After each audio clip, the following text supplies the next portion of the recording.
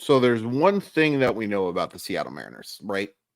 You can debate whether or not they are a cheap organization. You can debate whether or not they are a great organization. What you cannot deny is that they are an organization that is opportunistic. And by that, I mean, if I take a nap, the Seattle Mariners are going to make a trade. And in this case, it looks like the Seattle Mariners have made two trades, one official, one not so much, but looks like it will be done pretty soon. Mitch Haniger and Anthony DeSclafani are officially coming over to the Seattle Mariners in exchange for Robbie Ray. Ray heading, of course, to the San Francisco Giants in that trade. And then this is being widely reported. It sounds like it'll be official soon, but the Mariners are getting Luke Raley from the Tampa Bay Rays in exchange for Jose Caballero. Pretty fascinating. We'll talk about all of it, but first I want to thank Simply Seattle. Simply Seattle provides the very best in Seattle sports gear. Awesome stuff for the Mariners, of course, but also the Kraken, Seahawks, Supersonics, Huskies. Can't wait till Monday. Cannot wait. Cougars, Storms, Sounders. You can find it all at Simply Seattle. Once you find all their gear, use code MOLLYWOP15 to save 15% on your order. MOLLYWHOP15. A link in the description. All right. So let's first talk about Robbie Ray leaving the Seattle Mariners. And if you see a weird edit in this video, you'll see a couple because I'm going to have to pull up a bunch of screens and, it's hard to get everything ready all at once, especially with this many players on the move. But if you see a weird edit, it's because KJR is calling me in about 15 minutes to talk about the trade. So Robbie Ray was going to miss and is going to miss the first at least half of the season. There's some talk that he could be back at the start of July, but it's just as likely he's back in August. You don't know. With Tommy John surgery, it's a surgery that a lot of people come back from successfully, but the time frame can vary wildly. It's not a massive loss, I think, for the Seattle Mariners because of how much time he's going to miss and because of the names the Mariners have in the rotation. Oh, there we go. We'll talk about it in just a minute. But anyway, I don't think the loss of Ray is completely insignificant.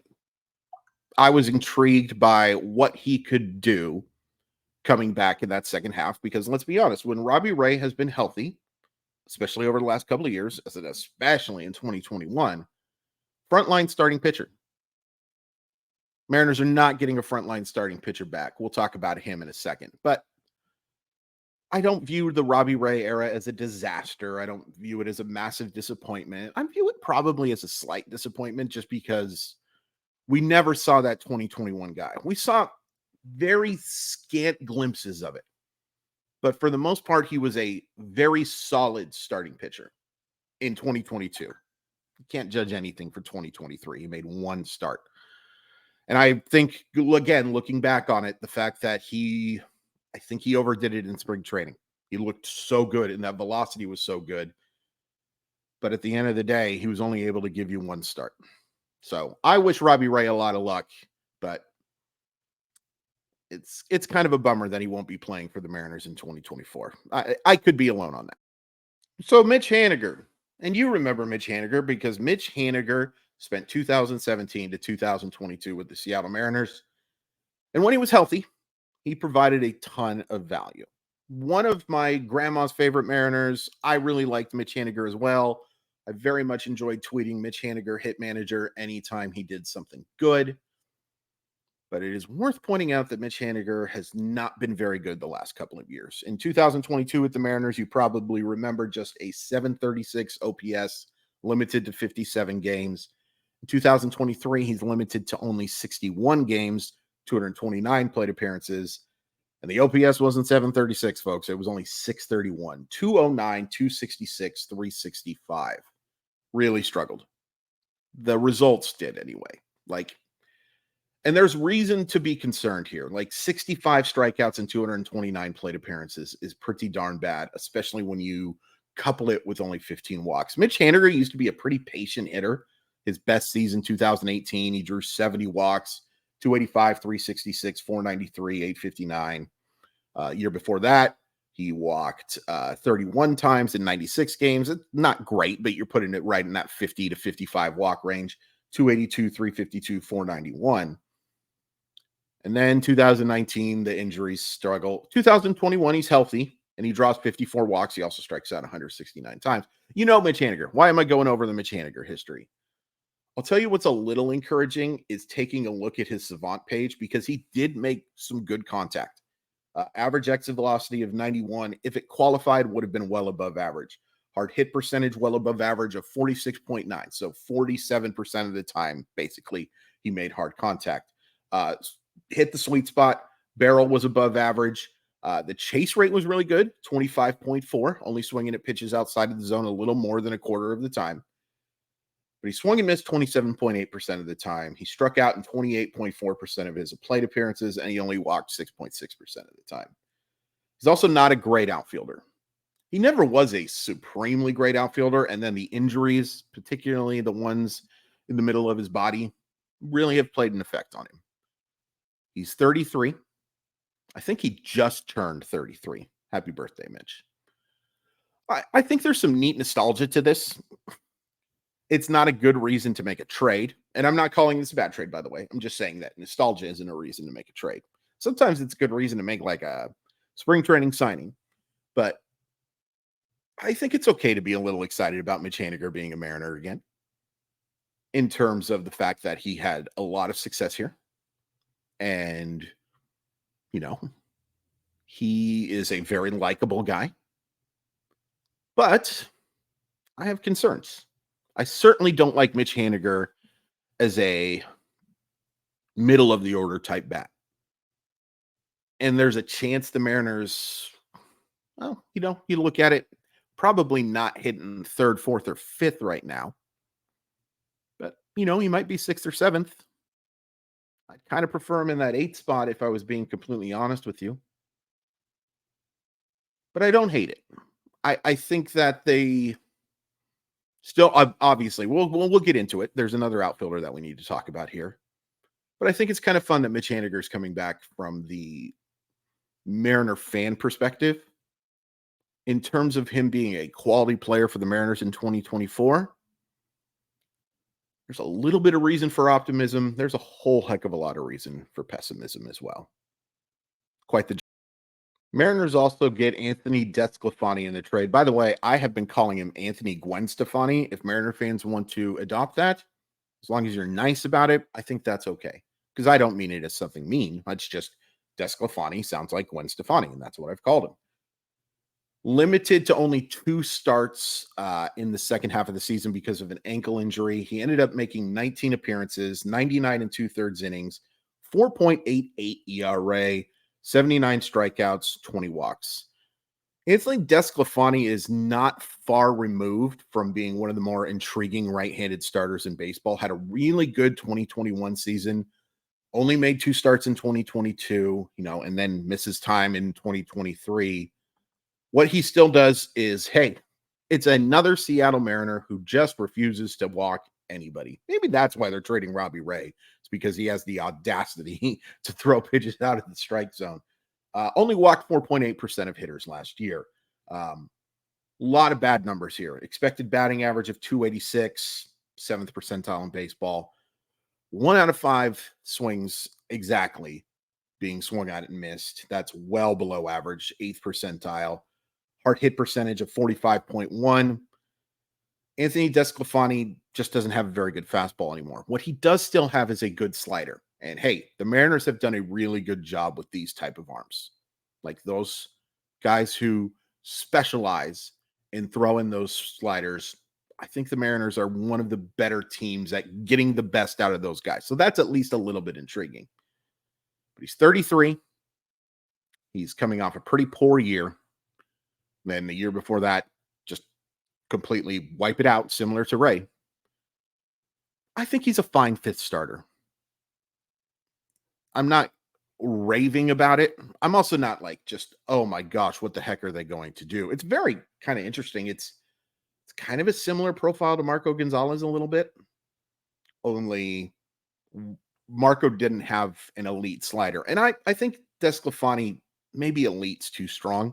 It's a really good one. And by breaking run value, he was well above average. He was in the 72nd percentile of pitchers. But his fastball run value was in the 11th percentile and off-speed overall 11th percentile. Left-handers crushed him. And That's concerning. There's no doubt about it. He held his own against righties. But if the Mariners can, tinker with him a little bit, 33, you're not talking about a rework of any kind. But I think you could be talking about a pretty solid back end, and we are talking back end starter. All reports are that he's fine from the ankle, should have a normal offseason. I don't hate it. I don't love it, him being your fifth starter. He doesn't have the upside of Brian Wu. He doesn't have near the upside of Bryce Miller. Guess I just gave away that I think Bryce Miller has more upside than Brian Wu, but interesting that both starters, Miller and DeSclafani, really struggled against lefties last year. I don't hate it. I don't love it, but I don't hate it. There's one I kind of love here. We'll talk about in just a sec. So if the Jose Caballero trade for Luke Raley trade ends up being a bigger deal, and I wouldn't doubt it, I have no inside information, no intel on this, but I could just see it being a bigger deal, in part because the Mariners and Rays making a 1-for-1 deal, that's unheard of. It seems like every trade between the Mariners and Seattle ends up being something a little bit bigger than that. But I'll do a separate video on the deal if it does become bigger. But if not, let's talk about it. First, Jose Caballero. One of the best stories of 2023. And I think I'll miss him a little bit just because those are one of my favorite. Look, I'm a prospect guy. I love talking about prospects and I love talking about future stars. But one of the fun things about baseball is it's hard to predict who's going to be good and who's not. Jose Caballero was a non-prospect coming into the year, and he provided the Mariners a ton of value, necessary value. He is a solid utility player at the very least who really hit left-handers well. He stole a bunch of bases. He made some terrible base running mistakes as well, no question about it, but out of aggressiveness, and we kind of appreciate that a little bit. Trying to do too much, hey, that was a theme of a certain superstar for the Seattle Mariners, and it was a little bit of a theme of Caballero when he was on the bases last year. The Rays have done wonders with this type of profile. I wouldn't be surprised if he has a very long career as a utility guy who hits lefties well, comes off the bench to steal some bags, score some runs for you. I think a lot of people really liked Cabby. I had my doubts about him ever becoming a true regular, but I think this is a nice little pickup for Tampa Bay as well. But let's talk about Luke Raley because that's what you're here for. Well, you're probably here for a lot of reasons. So Luke Raley, 118 games for the Tampa Bay Rays last year, 406 plate appearances. He hit 249, 333, 490, 19 homers, and 14 stolen bases. Luke Raley is 29, which, that's not, for baseball, that's not a spring chicken, but I think he's a young 29. It's worth pointing out that he got a late start, didn't get a chance to play the majors when he was a member of the Dodgers until 2021, comes over to the Rays in a trade in 2022. Not great, 584 OPS, but the Rays liked him. He was a late blooming type of prospect, and they gave him a chance, and for the most part, he was pretty successful. Let's go over the good savant numbers first, okay? He barreled the baseball 12.9% of the time. Definitely has plus power from that left-handed bat. Hard hit percentage of 45.7, 74th percentile. Average exit velocity, 91.1, 77th percentile. Expected slugging in the 62nd percentile. Expected weighted on-base average, 53rd percentile, 327. So he was a slightly above average hitter in 2023 in his really, for all intents and purposes, first year of major league action. Yeah, he got some cups of coffee in 2021 and 2022, but it was his first chance. Let's go over the bad numbers, and we'll end with the worst number. Didn't connect on the sweet spot all that often, which I don't know if that's horrible. If the ball gets out, the ball gets out, right? But, does tell you that he maybe doesn't square up pitches as well as he could, which could be encouraging because if he does with that power, could lead to a lot of good things. He only walked 6.9% of the time. That is not a nice number. 32nd percentile. Swung at pitches outside of the zone 31.3% of the time. That's in the 31st percentile. Has some plate some approach issues. Don't know why it was hard to say that word, but he does have some approach issues. He struck out in 31.5% of his plate appearances. That is well below average. That is in the 7th percentile of all hitters. And he whiffed on 38.9% of his swings. You know, for a team that talks about controlling the zone, which they've done for years, that's not new, but has a newfound appreciation for not swinging and missing. Luke Raley's kind of an interesting fit in those regards. And it also tells you that a lot of that was a little bit BS. They just didn't want to pay Teoscar Hernandez. They didn't want to pay Eugenio Suarez. The strikeouts are problematic. He ended up striking out, for those of you who just don't want the nerd math I gave you, 128 times in 406 plate appearances. That's a lot. That is a lot of swing and miss. I was curious because Luke Raley, it felt like, got off to a really good start. Let me give you some other numbers here. Platoon stats: 247, 337, 497 against righties. That's an 834 OPS. That was clearly better than him against lefties, which is not a surprise. Left-handed hitter. 268, 302, 439 against lefties, though, isn't terrible. Like, I think he will have that chance to play against left-handers now. Home and away stats, better on the road, but not by a huge margin. 272, 333, 508 away. 222, that's bad. 323, 469. Let's look at the batting average balls in play at home, though, just, because I'm curious as we're recording this. 302, so not super unlucky. 353 away. A little bit of luck in that for sure. Let's go by month, because this kind of did answer my question for sure. April, March, 913 OPS. May, 859 OPS. June, red hot. 349, 403, 636. July, 235, 342, 412. Not great. Then August and September, both months, he has an OPS below 7. September, October, he really struggled. 195, 313. So he was a little more patient. That's good. 317, though. So he did scuffle to end the year, and you have to wonder if there was at least a little bit of good luck in the first few months, and also maybe pitchers figuring some stuff out. I'm still intrigued by this, and I think it's a good trade. Assuming the Mariners aren't, adding a bunch of prospects to this, which I can't imagine that they are. I like this deal. I think Luke Raley has a chance to be a above average regular. He's a decent defensive player. He can play first base too. He's not great. Julio, you're going to have to run a lot this year. He has good speed. It's just another example, by the way, of being fast doesn't make you a good defensive player. Doesn't come close. Good arm, really good arm. Ranked 91.3 was his average throw from the outfield, 89th percentile there. Sprint speed of 28.8 feet per second. Again, not miles per hour. Ty France must have loved when I said he was running 25 miles an hour. There's no way he watches my videos. He's a good athlete. He's a good athlete with good power. Showed some real flashes in 2023. Could take a step forward in 2024. I like him better than Canzone. And that's not an insult to Canzone. Certainly like him better than Cade Marlowe. And that's not an insult to Cade Marlowe. I think those guys have a chance to be solid players. But there's some upside with Luke Raley, despite his age, not exactly. He's one of the oldest Seattle Mariners now. But I do think there's upside here. I think there's upside, and I think he can help you in 2024. I like that deal. The Haniger DeSclafani for Ray deal, I don't hate it. I think it's kind of.